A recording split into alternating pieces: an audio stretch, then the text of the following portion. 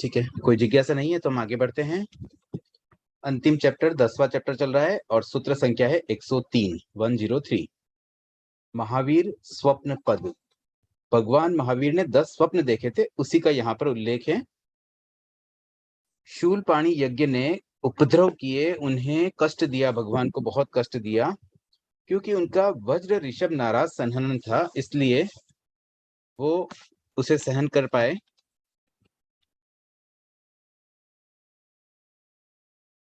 लेकिन उस कष्टों को सहन तो किया, बट उससे उनको इतना शरीर में एक तरह से तकलीफ हुई कि उसकी वजह से उन्हें थोड़ी सी नींद आ गई, जिसे तंद्रा कहते हैं। मतलब हल्की नींद, बहुत गहरी नींद जब आती है तो वो तो नींद होती है, और जब हल्की नींद होती है तो वो तंद्रा कहलाता है, और तंद्रा की स्थिति में ही स्वप्न आते हैं। तो भगवान महावीर ने उस समय 10 स्वप्न देखे थे। उन 10 स्वप्नों में उन्होंने क्या देखा और उसका क्या अर्थ था, उसके बारे में मैं आपको शॉर्ट में बता देता हूँ, क्योंकि यहाँ पे बहुत डिस्क्रिप्शन है तो हम इसको शॉर्ट में समझ लेते हैं। पहला स्वप्न था ताड़ पिशाच को हराना। मतलब उन्होंने देखा कि एक बहुत बड़ा ताड़ के जैसा पिशाच था, जिसे उन्होंने हरा दिया। तो उसका अर्थ हुआ मोहनीय कर्म को नष्ट कर देंगे, मतलब भगवान महावीर मोहनीय कर्म को नष्ट करेंगे। दूसरा स्वप्न था सफेद पंखों वाले कोकिल को देखा। इसका अर्थ था कि वो शुक्ल ध्यान को प्राप्त करेंगे। शुक्ल ध्यान को प्राप्त करने का अर्थ इस प्रकार होता है कि शुक्ल ध्यान के जो अंतिम 2 भेद है, तीसरा और चौथा, उसमें तीसरा भेद तो 13वें गुण स्थान के अंतिम समय में प्राप्त होता है, और 14वां भेद 14वें गुण स्थान के प्रारंभ में, मतलब 14वां गुण स्थान पूरा उसी ध्यान में रहता है, शुक्ल ध्यान के चौथे भेद में। तो भगवान महावीर शुक्ल ध्यान को प्राप्त करेंगे। उसके बाद तीसरा स्वप्न था विचित्र वर्णों वाले कोकिल को देखा। तो उसका अर्थ था कि वो द्वादशांगी का प्रतिपादन करेंगे, मतलब 12 अंगों का प्रतिपादन करेंगे, धर्म का एक पूरा स्वरूप प्रस्तुत करेंगे, और स्व समय पर समय में जो भेद है वो स्पष्ट करेंगे। मतलब अन्य संप्रदायों में जो रॉन्ग बातें चल रही है और क्या सही होना चाहिए, वो सारी बातों की प्ररूपनामा करेंगे। अनेकांतवाद आदि सिद्धांतों की प्रस्तुति वो देंगे। ये सारी बातें तीसरे स्वप्न का फल था। और चौथा बहुत ही महत्वपूर्ण है, 2 रत्नमयी मालाओं का दर्शन था। तो उसमें 2 माला थी, एक छोटी और एक बड़ी। यहाँ पर 2 बड़ी मालाओं का उल्लेख है, बट अन्यत्र इसका उल्लेख इस तरह से आती है, एक माला अपेक्षाकृत थोड़ी छोटी है, तो बड़ी माला साधु के लिए, छोटी माला श्रावक के लिए। तो 2 प्रकार के धर्म का प्रतिपादन करेंगे, अणगार और अगार। तो साधु धर्म, श्रावक धर्म, उसके बारे में ये था। और एक उत्पल जो स्वप्न फल को जानने वाला था, नैमितज्ञ, उसने भगवान के 9 स्वप्नों के अर्थ तो जान लिए और बता दिए, लेकिन चौथे स्वप्न का अर्थ वो भी समझ नहीं पाया था। ये वही स्वप्न है जिसमें साधु और श्रावक धर्म की बात थी। 5वां स्वप्न था जिसमें श्वेत गो वर्ग को देखा। ये रिप्रेजेंट कर रहा था कि चतुर्विध धर्म संघ की स्थापना करेंगे। 6ठा स्वप्न था पद्म सरोवर, मतलब कमलों से भरा हुआ सरोवर को देखा। उसका अर्थ था कि देवता उनकी सेवा करेंगे, उनकी मतलब भगवान महावीर की। उसके बाद 7वां स्वप्न था भुजाओं से समुद्र को पार कर लिया उन्होंने। तो उसका अर्थ था कि वो संसार समुद्र को पार करेंगे। 8वां स्वप्न था उदीयमान सूर्य को देखा, उदय होते हुए सूर्य को देखा। तो इसका अर्थ था केवल ज्ञान को प्राप्त करेंगे। 9वां स्वप्न था आंतों से मानुषोत्तर पर्वत को लपेट लिया। दैट मीन्स भगवान महावीर का यश और उनका दर्शन, उनकी फिलोसॉफी वो बहुत फैलेगी। फिर 10वां और अंतिम था कि मेरु पर्वत पर सिंहासन पर बैठे हुए हैं। तो उससे फल ये निकला कि वो संवत्सरण की स्थापना करके, मतलब संवत्सरण में धर्म का प्रतिपादन करेंगे। तो ये 10 स्वप्न और उनके फल।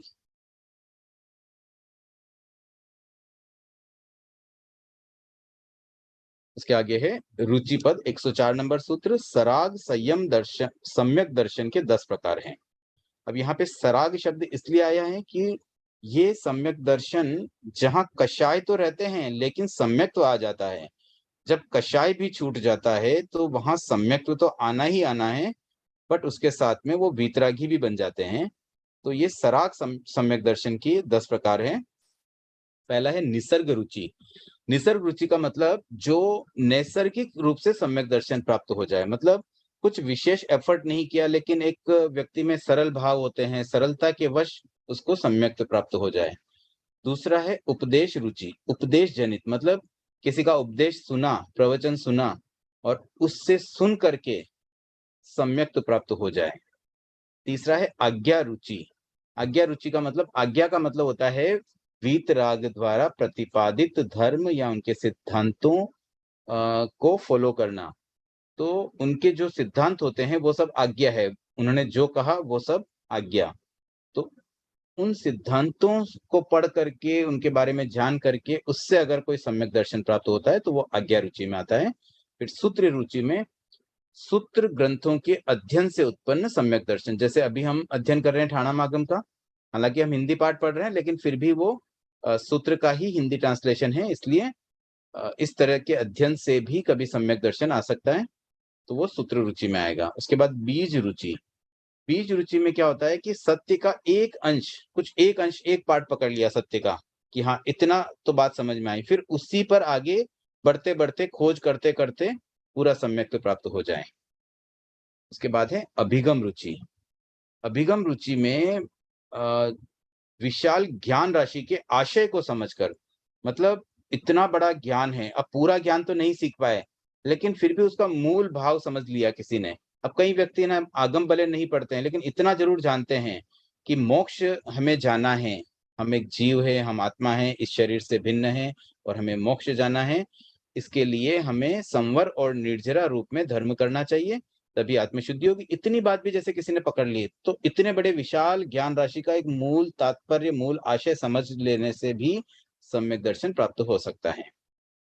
उसके बाद है विस्तार रुचि, जिसमें डिटेल्ड नॉलेज, मतलब उसी ज्ञान को बहुत अंदर अंदर डीप डीप डीप पढ़ते पढ़ते पढ़ते पढ़ते सम्यक आ जाता है। तो इसमें जैसे दिया प्रमाण और नए की विविध भंगियों के बोध से, मतलब वही डिटेलिंग है, हर हर एक प्रकार के नए से किसी बात को समझना। और जितना ज्यादा डिस्क्रिप्शन में जाएंगे तो तब जाकर के सारी क्लियरिटी आती है, तो वो विस्तार रुचि में आता है। उसके बाद एक एक क्रिया रुचि।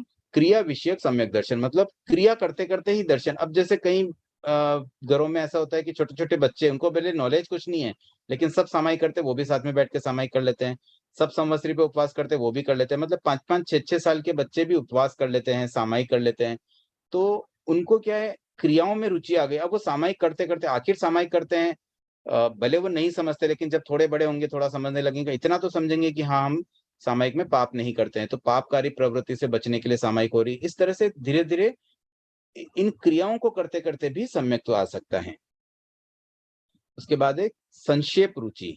संक्षेप रुचि में थोड़ा सा भी अगर किसी को ज्ञान हो लेकिन उसमें अगर मिथ्या आग्रह न हो, मतलब एक सरलता आ जाती है, अनावश्यक आग्रह नहीं करता है, जिद नहीं करता है, मतलब सिद्धांतों के प्रति मिथ्या आग्रह नहीं होना चाहिए।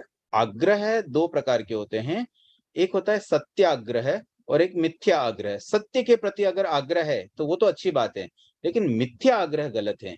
मतलब जो चीज गलत है, मिथ्या है, उसके प्रति अगर आग्रह भाव रहेगा तो फिर सत्य से दूरी बन जाएगी। तो सत्य से दूरी मतलब सम्यक दर्शन प्राप्त नहीं होता है। तो मिथ्या आग्रह का अभाव हो तो स्वल्प ज्ञान से भी सम्यक दर्शन प्राप्त हो सकता है, जो संक्षेप रुचि में आता है। और अंतिम धर्म रुचि, धर्म विषयक सम्यक दर्शन, मतलब संवर्ण निर्जरा आदि को धर्म समझते हुए उस उसी बातों को समझते समझते सम्यक दर्शन प्राप्त हो जाना। उसके बाद है संज्ञा पद। संज्ञा के 10 प्रकार हैं। अब यहाँ संज्ञा शब्द का अर्थ, इसे हमें इस तरह से लेना होगा, 2 इसमें अर्थ हैं। प्रथम 8 जो भेद है वहां पर संवेग से उसका अर्थ है, संवेग, किसी चीज की तीव्र जो इच्छा होती है वो संवेग। और 9वां और 10वां ज्ञान से संबंधित है।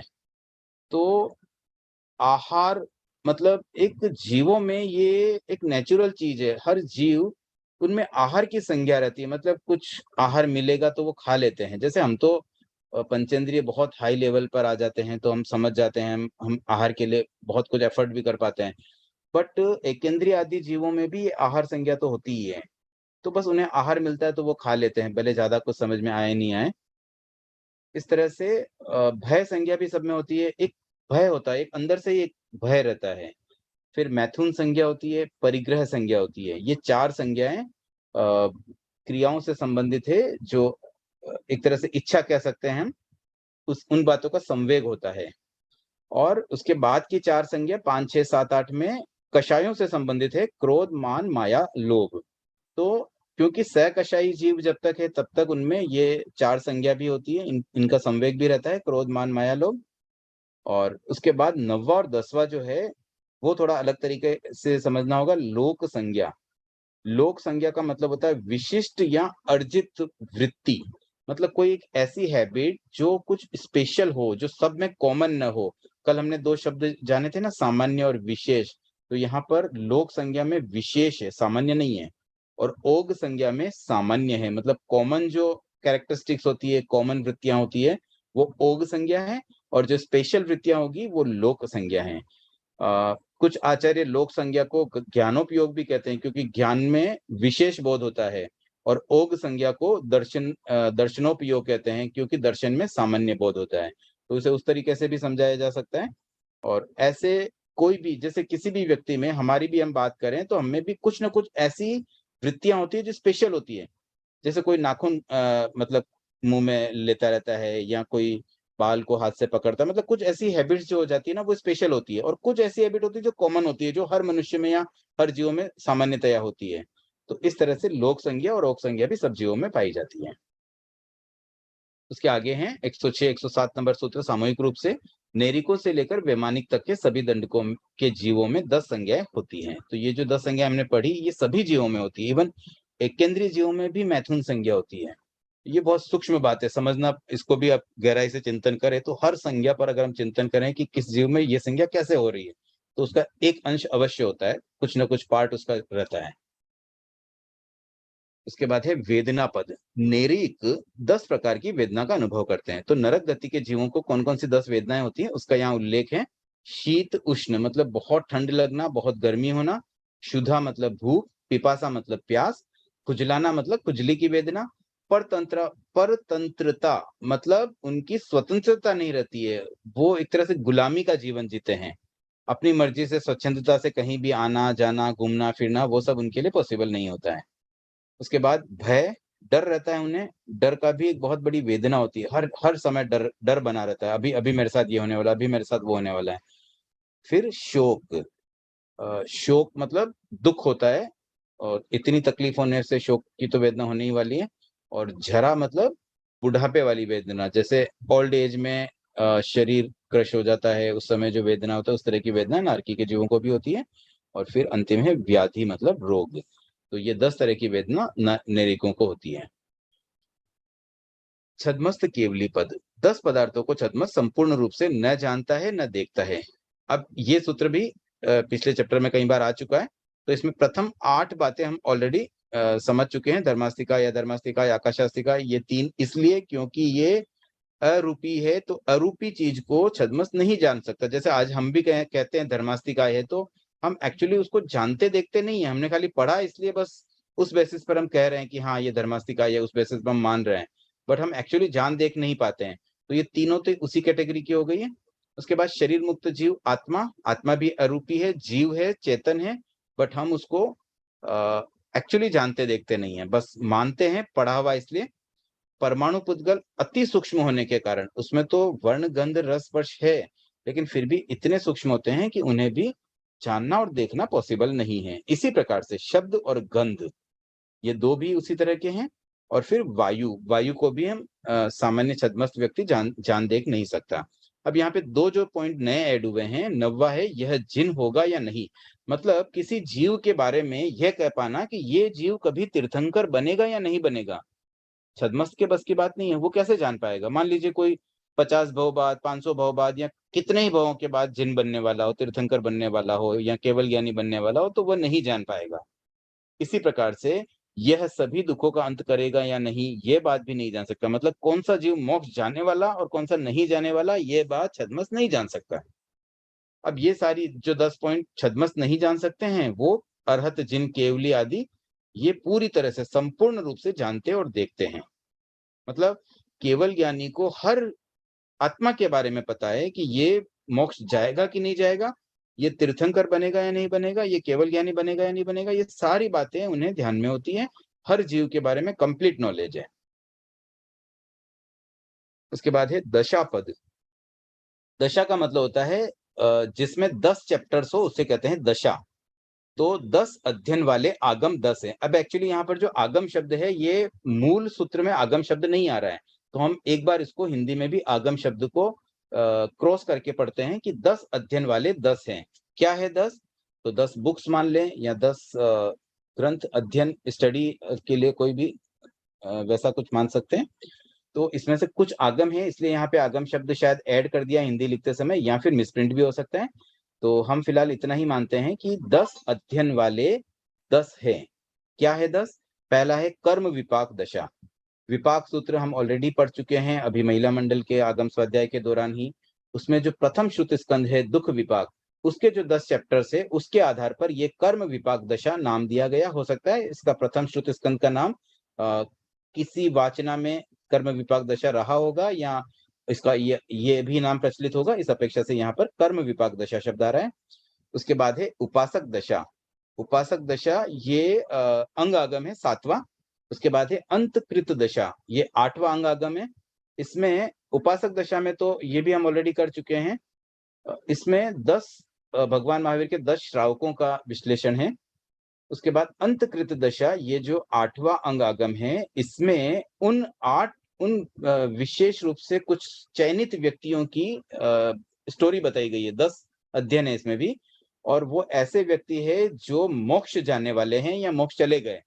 तो अंतकृत मतलब जिन्होंने अंत कर दिया, अंत दुखों का अंत कर दिया, वैसे 10 साधुओं की इसमें स्टोरीज हैं। तो ये अंतकृत दशा भी अंगागम है। उसके बाद है अनुत्तरोपपातिक दशा। ये आई थिंक 9th नंबर का चैप्टर है, जिसमें उन जीवों की बात की गई है जो अनुत्तर विमान में जन्म लेते हैं, और अनुत्तर विमान में जन्म लेकर के बाद में आगे मोक्ष जाएंगे फ्यूचर में। तो फिलहाल वो अनुत्तर विमान में है। ऐसे 10 व्यक्तियों की स्टोरी इसमें आती हैं, और ये भी अंगागम है। उसके बाद है आचार दशा। दशा श्रुत स्कंद भी इसको कहते हैं।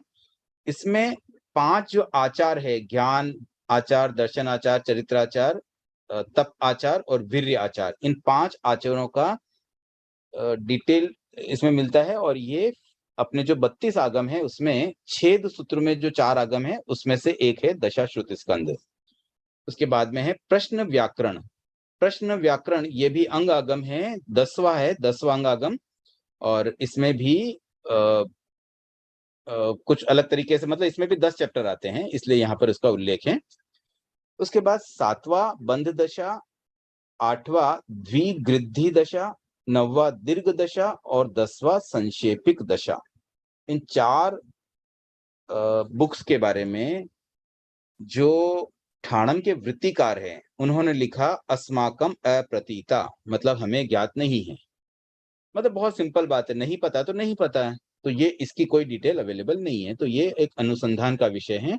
7, 8, 9, 10 ये कौन सी बुक से, और क्या ये आगम के समकक्ष है, अगर है तो ये आगम में क्यों नहीं समाहित हुई, क्या ये लुप्त हो चुके हैं, ये सारी अनुसंधान की बातें हैं। तो आप भी अगर रुचि रखते हैं तो इस पर और अधिक खोज कर सकते हैं, और इसका उत्तर अगर मिले तो सबसे शेयर करें ताकि सबका ज्ञान बढ़े।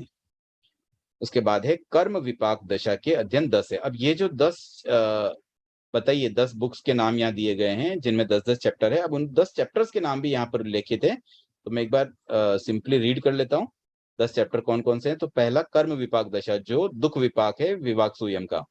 मृगापुत्र, गोत्रास, अंड, शकट, ब्राह्मण, नंदीशेन, शौरिक, उदुम्बर, सहस्रोद्राह, आमरक, कुमार, लिच्छवी। उसके बाद उपासक दशा के 10 अध्ययन हैं, जिसमें भगवान महावीर के 10 प्रमुख श्रावकों का उल्लेख है। आनंद, कामदेव, गृहपति चूलिनी पिता, सूरादेव, चुल्ल शतक, गृहपति कुंड कौलिक, सद्दाल पुत्र महाशतक, नंदिनी पिता, लेयिका पिता। फिर अंतकृत दशा के 10 अध्ययनों के नाम हैं नमी, मातंग, सौमिल, रामगुप्त, सुदर्शन, जमाली, भगाली, किंकश, चिल्वक, पाल, अंबडपुत्र। देन अनुत्तरोपपातिक दशा के 10 अध्ययनों के नाम हैं ऋषिदास, धन्य, सुनक्षत्र, कार्तिक, संस्थान, शालिभद्र, आनंद, तेतली, दर्शान भद्र, अतिमुक्तक।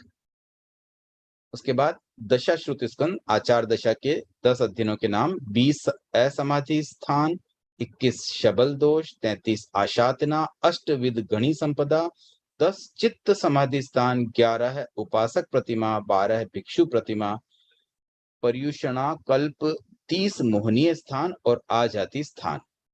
देन प्रश्न व्याकरण दशा के 10 अध्ययनों के नाम उपमा, संख्या, ऋषि भाषित, आचार्य भाषित, महावीर भाषित, क्षोमक प्रश्न, कोमल प्रश्न, आदर्श प्रश्न, अंगुष्ठ प्रश्न और बाहु प्रश्न। देन बंध दशा के 10 अध्ययनों के नाम भी यहाँ पर उल्लेखित है, बट ये चैप्टर्स कहाँ हमें पढ़ने को मिल सकते हैं, ये खोज का विषय है। बंध, मोक्ष, देवर्धि, दशामंडल, आचार्य, विप्रतिपत्ति, उपाध्याय, विप्रतिपत्ति, भावना, विमुक्ति, सात और कर्म। देन द्विगृद्धि दशा के जो 10 अध्ययन उनके नाम वाद, विवाद, उपपाद, सुक्षेत्र, कृत्स्न, 42 स्वप्न, 30 महास्वप्न, 72 सर्व स्वप्न, हार और रामगुप्त। दीर्घ दशा के 10 अध्ययनों के नाम हैं चंद्र, सूर्य, शुक्र, श्रीदेवी, प्रभावती, द्वीप समुद्रोपपत्ति, बहुपुत्री मंदरा, स्थविर, संबुद्ध, विजय, स्थविर, पक्ष्म, उच्छ्वास, निश्वास। संक्षेपिक दशा के 10 अध्ययनों के नाम हैं क्षुल्लिका, विमान, प्रविभक्ति, महती, विमान, प्रविभक्ति, अंग चुलिका, आचार आदि अंगों की चुलिका है, वर्ग चुलिका, अंतकृत की चुलिका है, विवाह चुलिका, भगवती की चुलिका है, अरुणोपपात, वरुणोपपात, गरुड़ोपपात, वेलंधरोपपात, वैश्रमणोपपात। तो ये 10 दशाओं के यहाँ पर उल्लेख थे, उनके 10 चैप्टर के नाम भी हमने पढ़े। अब आगे बढ़ते हैं। अवसर्पणी काल 10 कोटि कोटि सागरोपम का होता है, मतलब 10 करोड़ा करोड़ी, एक के आगे 15 जीरो, उतने सागर, उतना ड्यूरेशन है अवसर्पणी काल का। सेम उतना ही उत्सर्पणी काल का भी है, 10 कोटि कोटि सागरोपम। उसके बाद है अनंतर, परंपर, उपपन्नादिपद।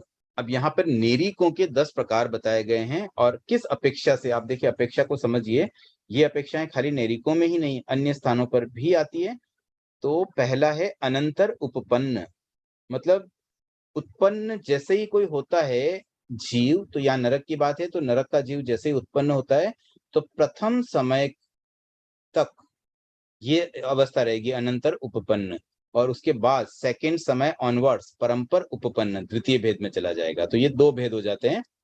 फिर अनंतर अवगाढ़, विवक्षित क्षेत्र से अव्यवहित आकाश प्रदेशों में अवस्थित, मतलब एक पर्टिकुलर आकाश प्रदेशों में जैसे ही वो आया तो जब तक वो वहां पर है तब तक कहलाएगा अनंतर अवगाढ़, और जैसे ही वहां से वो मूव हो जाएगा, मतलब उन आकाश प्रदेशों से मूव करके अन्य आकाश प्रदेशों पे चला जाएगा, तो वो कहलाएगा परंपर अवगाढ़। उसके बाद है अनंतर आहारक, मतलब प्रथम समय के आहारक, आहार लिया उस समय प्रथम समय के, वो अनंतर आहारक कहलाते हैं, और उसके बाद के समय में जब आहार लेते हैं तो वो परंपर आहारक कहलाते हैं। फिर है अनंतर पर्याप्त, प्रथम समय के पर्याप्त, जैसे ही पर्याप्तियां पूर्ण हुई, पर्याप्त अवस्था प्राप्त हुई, तो वो जो प्रथम समय होगा वो अनंतर पर्याप्त अवस्था है। और पर्याप्ति प्राप्त होने के प्रथम समय निकलने के बाद द्वितीय समय एवं आगे के समयों में पूरे समय जब तक जीव मृत्यु को प्राप्त नहीं करता है, नरक गति का जीव है, तो कम से कम 10,000 साल उम्र रहती है, तो उतने लंबे समय तक परंपर पर्याप्त कहलाएगा। चरम, चरम का मतलब होता है अंतिम, तो जो जीव नरक गति में आखिरी बार उत्पन्न होने वाला है उसे कहेंगे चरम, और जो भविष्य में पुनः नरक गति में उत्पन्न होने वाला है वो अचरम कहलाएगा। इसी प्रकार वैमानिक तक के सभी दंडकों के जीवों के 10-10 प्रकार है। मैंने कहा जैसे ये 10 प्रकार नेरिकों को बनाया बेस, लेकिन ये सभी दंडकों में एप्लीकेबल है, सबके लिए इसी तरह से हम कैलकुलेट कर सकते हैं। उसके बाद है नरक पद। चौथी पंख प्रभा पृथ्वी के 10 लाख नरकावास है, मतलब 10 लाख उनके नरकावास है, जहां पर अलग अलग नरकावास में अलग अलग नारकी के जीव रहते हैं। रत्न प्रभा पृथ्वी के नेरिकों की जगन्य स्थिति 10,000 वर्ष है। ये केवल प्रथम जो नारकी है उसी की मिनिमम एज 10,000 साल होती है। उसके आगे तो फिर असंख्य साल हो जाती है। पल्योपम, संख्यो, सागरोपम में उसकी कैलकुलेशन चालू हो जाती है। चौथी पंख प्रभा पृथ्वी के नेरिकों की उत्कृष्ट स्थिति 10 सागरोपम है। यहाँ पर उनकी उत्कृष्ट बताई गई है, मैक्सिमम 10 सागर तक की स्थिति हो सकती है चौथी नारकी में।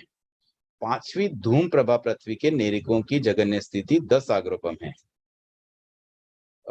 यहाँ पर देखिए, चौथी में उत्कृष्ट है 10 और पांचवी में मिनिमम है 10।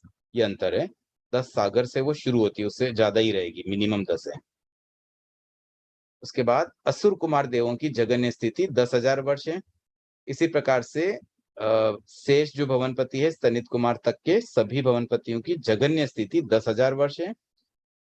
फिर बादर वनस्पति कायिक जीवों की उत्कृष्ट स्थिति, यहाँ पे देखिए जगन्य थी, देवताओं की जगन्य 10,000 वर्ष होती है, उसमें भी भवनपति देवों की 10,000 वर्ष बताई गई है।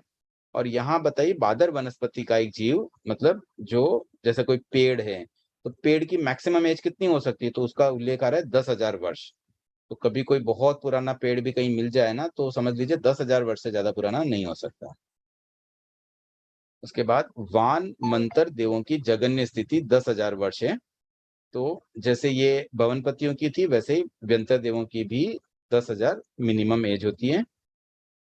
फिर ब्रह्मलोक कल्प, मतलब पांचवा देवलोक, वहां के देवों की उत्कृष्ट स्थिति 10 सागर है मैक्सिमम।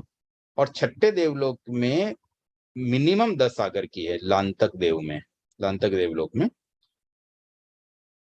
भावी भद्रत्व पद, मतलब कोई भी जीव भविष्य में कल्याणकारी बनेगा किन बातों से, ऐसा क्या है जिससे जीव भावी कल्याणकारी कर्म करते हैं, ऐसे कर्म अर्जन करते हैं जो भविष्य में उनका कल्याण करने वाले हैं। तो उसमें 10 बातें यहाँ बताई गई, 10 स्थान। पहला है अनिदानता। अनिदानता का मतलब होता है भौतिक समृद्धि के लिए साधना का विनिमय न करना। निदान करना होता है, जैसे हमने कभी कोई तपस्या की, मान लीजिए तेला किया, और हम ऐसा सोच लें कि मेरे तेले का अगर कुछ फल है तो इस महीने मुझे ना 2 लाख रुपए की इनकम आ जाए, तो ये हमारी भौतिक समृद्धि की कामना हो गई। या हमने कुछ ऐसा सोच लिया कि मेरी तबीयत ठीक नहीं रहती है, अगर मेरी तबीयत ठीक हो जाए तो मैं तेला कर लूं। या मान लीजिए हमने ये सोच लिया कि मैं ये तेला करूं, उससे मेरे घर में कोई बीमार है उसका स्वास्थ्य ठीक हो जाए। इवन हम जब किसी मतलब परिवार में या किसी मिलने वाले के लिए जब भी करते हैं, मान लीजिए हमने नवकार मंत्र का जप किया है कि चलो वो बीमार है तो उनके लिए हम नवकार मंत्र का जप करें 1 घंटा बैठ के, तो वो भी एक तरह से निदानता ही होती है। तो ये सब क्रिया में चाहे जप करो या तप करो, ये सारी साधना हमारी एक्सचेंज हो जाती है अगेंस्ट भौतिक समृद्धि, जो हमने मांग की उसके अगेंस्ट उसका फल कन्वर्ट हो जाता है। तो अनिदानता ऐसी तपस्या या जप होती है जिसमें कोई कामना नहीं होती, किसी भी प्रकार की भौतिक कामना, कोई स्वास्थ्य संबंधी, कोई धन संबंधित, या कोई पुत्र विवाह आदि कि भाई मेरे पुत्र का विवाह हो जाए, ऐसी कोई कामना किए बिना अगर हम जब तप करेंगे तब वो अनिदानता कहलाएगी। और ये बहुत इंपॉर्टेंट है, अगर हमने निदानता कर ली तो हमारी तपस्या वेस्ट हो जाती है, उसका फल हम बहुत सस्ते में मतलब सेल कर देते हैं। मान लीजिए हमारे पास में 1 करोड़ रुपए की कोई चीज पड़ी हुई है और कोई आके बोले मैं 1 रुपया दूंगा, हमने सोचा चलो पड़ी हुई कब से घर में पड़ी, ऐसे ही उसको दे देते हैं, तो हम उसको 1 रुपए के बदले में 1 करोड़ का हीरा दे रहे हैं। वैसी बात हो जाती है तपस्या के फल को सेल कर देना, बेच देना सस्ते में, बहुत सस्ते में हम उसको सेल कर देते हैं। इसलिए हमें निदानता से हमेशा बचना चाहिए। तो ये अनिदानता एक स्थान बताया गया है जिससे भावी कल्याण हो सकता है। उसके बाद दूसरा है दृष्टि संपन्नता। सम्यक दृष्टि की आराधना, मतलब व्यक्ति दृष्टि संपन्न रहे, सम्यक रहे, वो कभी मिथ्यात्व में न जाए, तो उससे भविष्य में उसका कल्याण होगा। फिर तीसरा है योग वाहिता। योग वाहिता का मतलब होता है समाधि पूर्ण जीवन। इसका और एक अर्थ होता है श्रुत उपधान। अब श्रुत उपधान क्या होता है, जैसे अभी ये परंपरा एक्चुअली भगवान महावीर के समय नहीं थी, बाद में चली थी, अब इन दिनों में वापस नहीं चलती है। होता क्या था इसमें कि जब भी कोई श्रुत पढ़ते हैं, आगम का स्वाध्याय करते हैं, तो उस समय उनके लिए कुछ रूल्स होते हैं, उन रूल्स को फॉलो करके आगे स्टडी होती है। तो इसमें श्रुत उपधान में कुछ नियम, जैसे अल्प निद्रा मतलब नींद कम लेनी होती है, फिर प्रथम 2 प्रहर में सूत्र और अर्थ का बार-बार अभ्यास करना होता है। फिर जो बुक्स पढ़ रहे हैं ना, उससे बीच में नहीं छोड़ सकते, उसको कंप्लीट करके ही नेक्स्ट बुक को हाथ लगाना है। फिर जो सीखा है ना, उसे याद रखना है, वापस भूलना नहीं है, तो उसको बार-बार रिवीजन करना होता है। और जब जब तक ये स्टडी चल रही, तब तक हास्य, विकथा, कलह आदि नहीं करना होता है। बोलते समय भी धीरे बोलना होता है, तेज आवाज में नहीं बोल सकते हैं। काम, क्रोध का निग्रह करना होता है। ये सब चीजें श्रुत उपधान में आती हैं।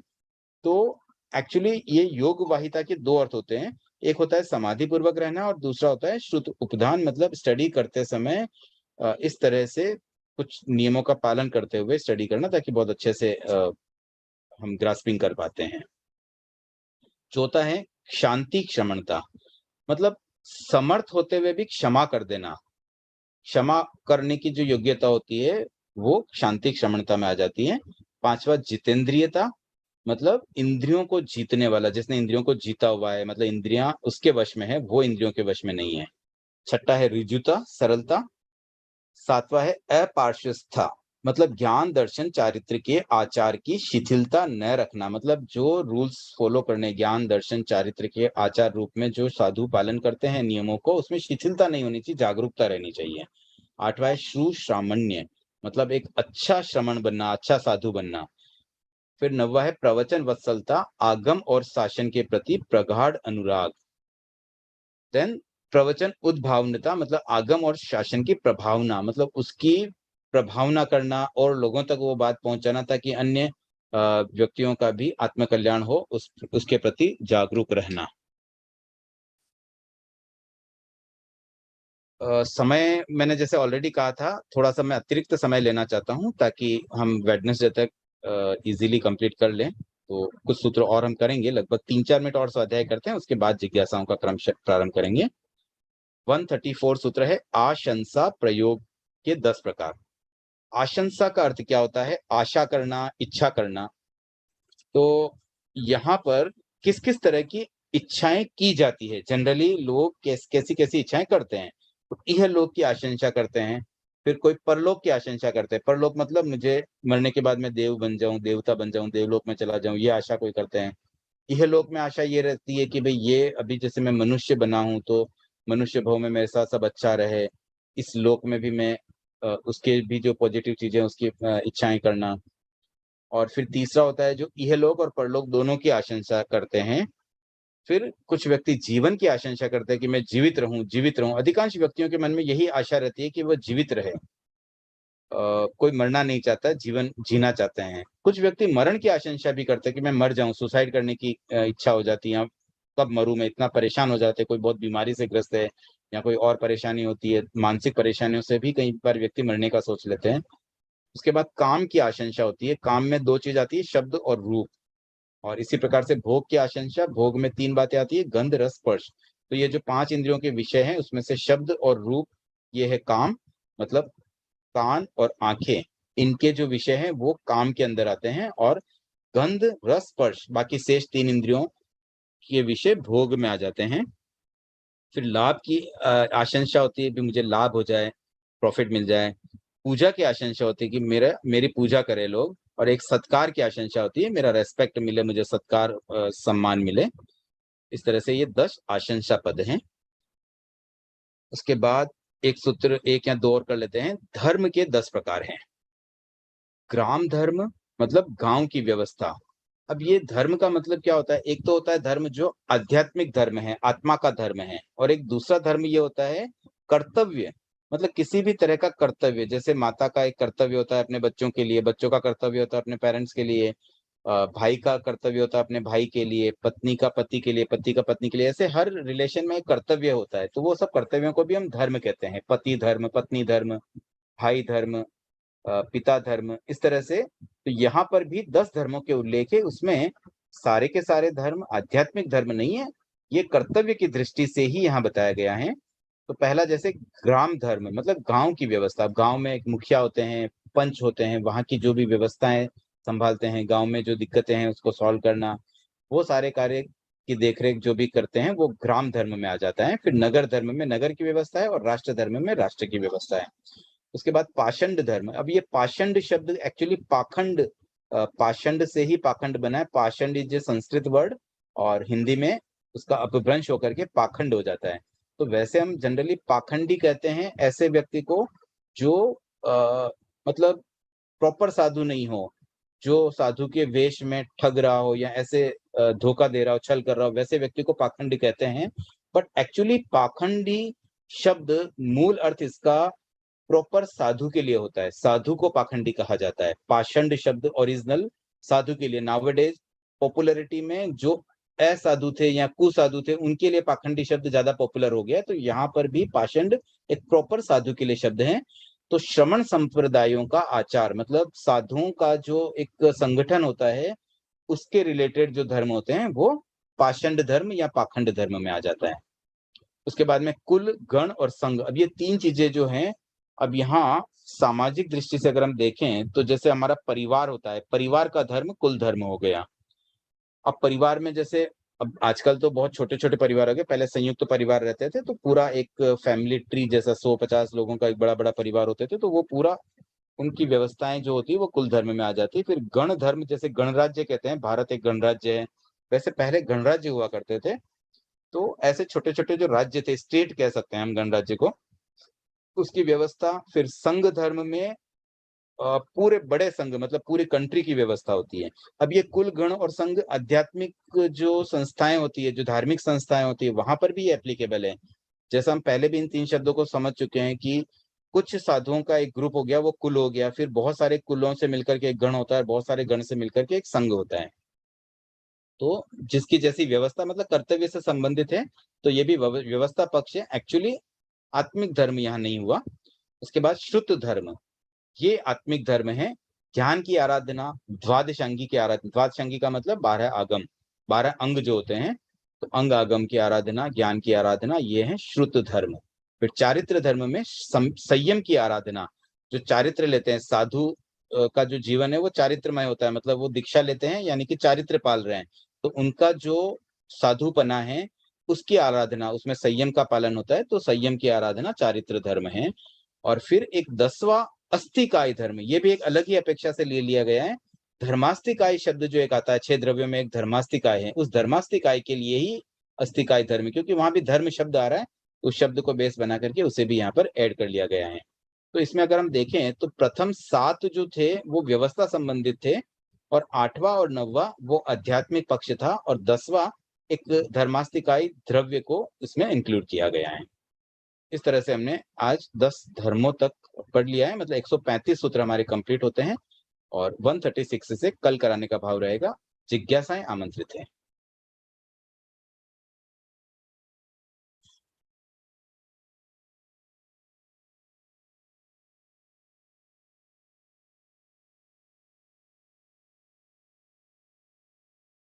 आई थिंक कोई जिज्ञासा नहीं है, तो आज के लिए इतना ही रखते हैं। और कल परसों 2 दिन में ठाणम आगम का समापन, मतलब उसको कंप्लीशन की ओर ले जाना है। तो हम ट्राई करेंगे कि अगर 5-10 मिनट एक्स्ट्रा भी रुकना पड़े तो पहले से आप मेंटली प्रिपेयर रहें, ताकि बाद में आपको दिक्कत ना आए। तो आज के लिए इतना ही रखते हैं। ओम अरहम जय जिनेन्द्र।